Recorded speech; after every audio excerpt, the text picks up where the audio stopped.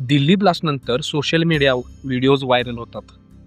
प्रत्येकजण रील्स बनवण्याच्या मागे पळत आणि याच्या रील्सच्या व्ह्यूजसाठी हे लोक गव्हर्नमेंटला, सिक्युरिटी फोर्सेसला बदनाम करतात.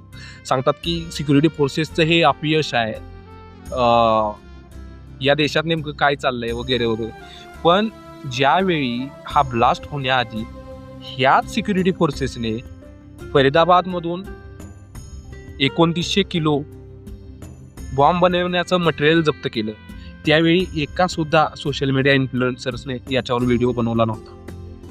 त्याचं कारण काय माहिती का? व्ह्यूज नाही मिळाला. आणि आता देशाची परिस्थिती अशी आहे की गव्हर्नमेंटला किंवा एक BJPला फक्त ब्लेम करण्यासाठी तुम्ही लोक पूर्ण सिक्युरिटी फोर्सेसच्या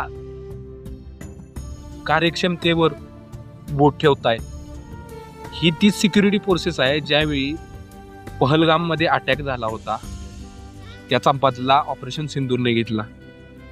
ही तीच सिक्युरिटी आहे ज्यावेळी 26/11चा हल्ला झाला होता, त्यावेळी टेररिस्ट त्या ताज हॉटेलमध्ये घुसले होते, त्यांना तिथेच मारलं होतं.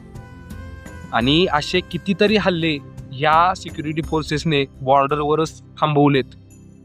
आणि अशा वेळी आपण आपल्या देशाच्या गव्हर्नमेंटला, आपल्या देशाच्या सिक्युरिटी फोर्सेसला सपोर्ट केला पाहिजे. या उलट सोशल मीडिया यासाठी ट्रेंड होतंय की मोदी गव्हर्नमेंट किंवा सिक्युरिटी फोर्सेस त्यांचं काम व्यवस्थित करत नाही, त्यांच्या क्रेडिबिलिटीवर बोट ठेवतायत.